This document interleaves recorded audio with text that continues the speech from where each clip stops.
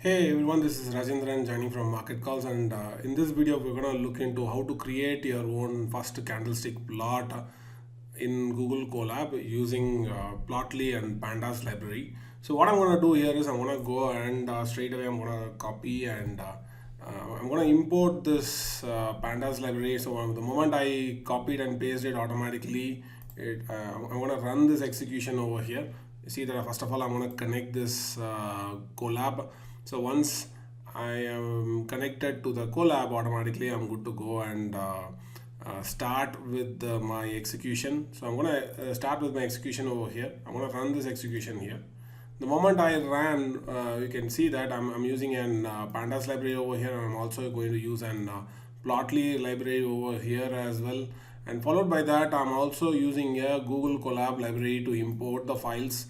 So I'm just asking for an upload to upload a file here. I'm going to upload an CSV file here. So I'm going to choose the file. I'll click on the choose files, and from here I'm going to go to my documents historical CSV folder. I select Reliance and click on open, and that opens the Reliance CSV data. That CSV data gets imported into the Google Colab, and from here I'll be able to access the Reliance data using the Pandas read CSV function. So what I'm going to do is I'm going to go to the code. I'm going to assign a data frame over here. I'll say like pd dot read underscore CSV. So using this, I can read a CSV file of Reliance. So I'll say like Reliance dot CSV. That is an imported CSV file. You can see that it's the name stored under Reliance dot CSV. So if I type enter, and I'm gonna say like df. So now if I try to execute this, you will be able to see that this involves Reliance data. I'm gonna import all those data right from the start of the Reliance complete historical databases here. Now if you see the index is not set to the dates. I'm gonna set the index to the dates here. In that case, what I'm gonna do here is I'm gonna set df dot set index. I'm gonna call the set index method. So set index method, I'm gonna call this.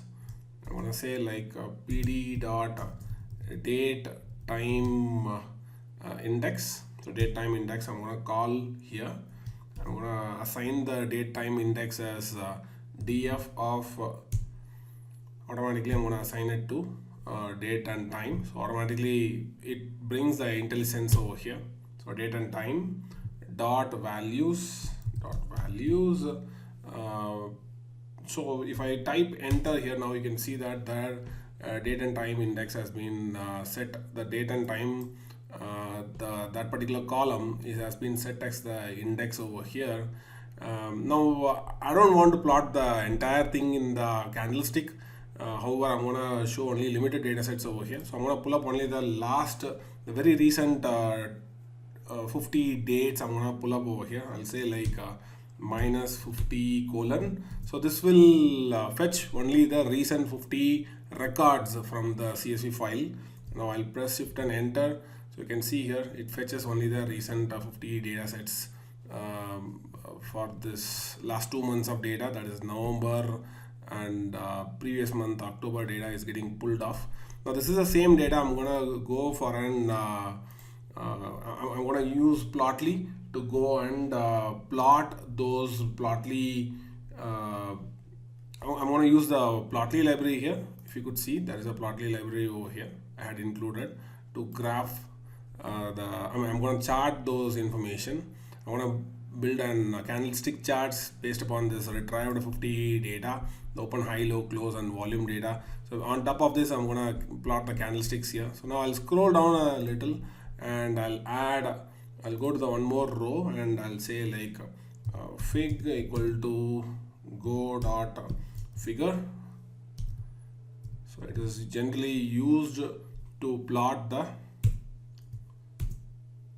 candlestick data. I'll say like data equals, so what you want to plot, which type you want to plot. I'll say like go dot candlestick, candlestick data. I'm going to plot over here. So inside this candlestick data, it's a function. I'll say like x equal to df. So I'm going to pass the date and time index over here. I'll say like date and time. I'm going to pass, followed by that I'll say like comma, and followed by that I'm gonna say open data. I'm gonna pass here. I have to pass the open, high, low, close values. Open is nothing but df of open, and followed by that I'm also going to bring the highs as well. So high is nothing but high is equal to df of high, and similar way I want to bring the low and also the close as well. So low equal to df of low here, right? So followed by that finally I want to bring the close data as well. So close equal to df stands for data frame. Obviously if you want to retrieve any historical data of stocks, then data frame is the good choice to bring historical data into Python or into Jupyter Notebook. So I'm done here. Now what I have to do here is I have to go and plot those data. I'll say like fig.show.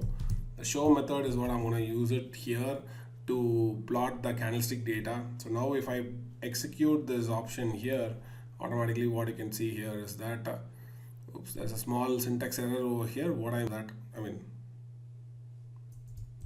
Obviously, yeah, there is a small mistake here. I have to go and remove this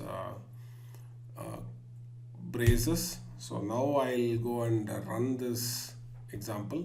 I guess it should be error free now. Yeah, finally we are able to get this candlestick charts of Reliance. And if in case if you want more candlestick, what you have to do here is you have to go back and bring, let's say, hundreds of candles. You need more than 100 candles. You need, let's say, 120 candles, and then you can try to plot those information.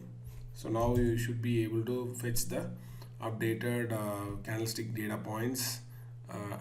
Yeah, the Plotly charts are pretty interactive. You can go and place your cursor.